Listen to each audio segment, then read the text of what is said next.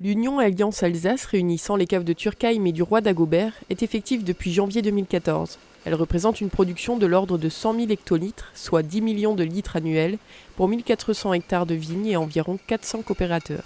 Cette union entre les deux caves avait pour but de mettre en moyen nos capacités humaines, techniques et de créer un outil performant nous permettant d'assurer la commercialisation de l'ensemble de notre production dans les années à venir.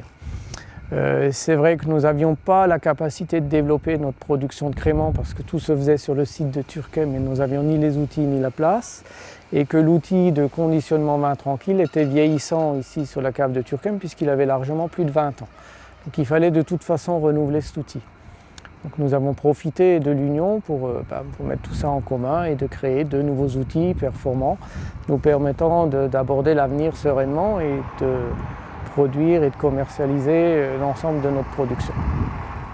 L'objectif étant de spécialiser les sites de production, c'est ce qui a été réalisé, c'est-à-dire tous les créments sont réalisés sur le site de la cave du Roi Dagobert et tous les vins tranquilles sont embouteillés sur le site de Turckheim, sachant que derrière on garde la spécificité des vins, c'est-à-dire c'est les vins de Dagobert qui sont dans les bouteilles avec étiquette Dagobert et c'est les vins de Turckheim qui sont dans les bouteilles qui affichent l'étiquette Turckheim, cave de Turckheim.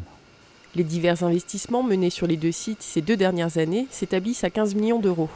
Dans les deux cas, les bâtiments sont financés par chacune des caves en nom propre et les outils de production sont supportés conjointement au travers de l'Union. Du côté de la cave du Roi Dagobert, l'unité de crémant est opérationnelle depuis le 19 mai 2014. Le bâtiment, globalement, il fait 6 000 m² et puis son coût est de 5,5 millions. Et puis ensuite, il y a toute la partie équipement, donc il y a une quinzaine de machines, on va dire, qui permettent en fait d'assurer la production de crémant, donc depuis le tirage, en passant par les phases de dégorgement, des phases d'habillage, etc. Donc il y a en fait l'ensemble de ce matériel donc, qui est complètement automatisé et qui nous permet de réaliser les opérations de A à Z. Et donc l'investissement de cette partie-là est de 2,7 millions. À côté de l'investissement matériel, cette spécialisation du site de Trenheim dans la production de crémant aura nécessité la formation des salariés de la production. Le nouveau bâtiment se compose d'une partie stockage vieillissement avec contrôle de température, d'une partie dédiée au tirage et dégorgement et d'une partie consacrée à la logistique. La capacité de la chaîne d'embouteillage de crémant est de 3000 bouteilleurs. Ce qui est recherché à travers cette nouvelle ligne, c'est d'être autonome dans notre production de crémant, donc de pouvoir faire toutes les opérations en interne, donc ce qui est aussi un plus qualitatif pour nous. Et c'est aussi, c'était le développement de cette production parce que nos caves sont essentiellement connues pour la production de vins tranquilles. Et on n'a pas vraiment joué la carte du crémant. Et donc là, on s'est remis, disons, dans le circuit pour être aussi un producteur de crémant. En fait, nous avons démarré avec un rythme annuel de 1,2 million. Nous sommes montés cette année à 1,6 million. Et l'année prochaine, les perspectives, c'est de monter à 2 millions. C'est-à-dire, en fait, c'est la capacité de l'unité d'embouteillage. Concrètement, une 50aine de camions par an naviguent entre les deux sites pour le transfert du vin en vrac à conditionner d'une part et le transport des bouteilles prêtes à être commercialisées d'autre part. Sur la cave de Turckheim, les derniers investissements datent de 2015 avec la construction d'un bâtiment de production entre début janvier et fin avril qui a accueilli en son sein une nouvelle chaîne de conditionnement qui tourne effectivement depuis le 18 mai dernier. Donc ces investissements, c'est donc les derniers, c'est donc comme je disais 2015.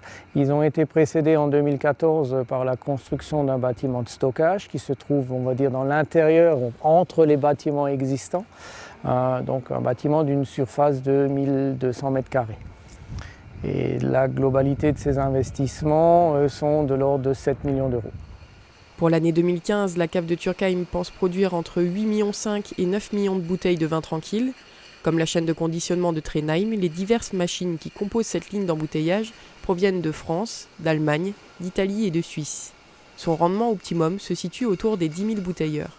Nous sommes 3 œnologues sur l'Union, on déguste tous les vins ensemble, on fait les assemblages ensemble, voilà, point. Donc les vins de Turckheim sont élaborés à Turckheim, le Mayerling reste du Mayerling, et puis toutes les cuvées restent spécifiques.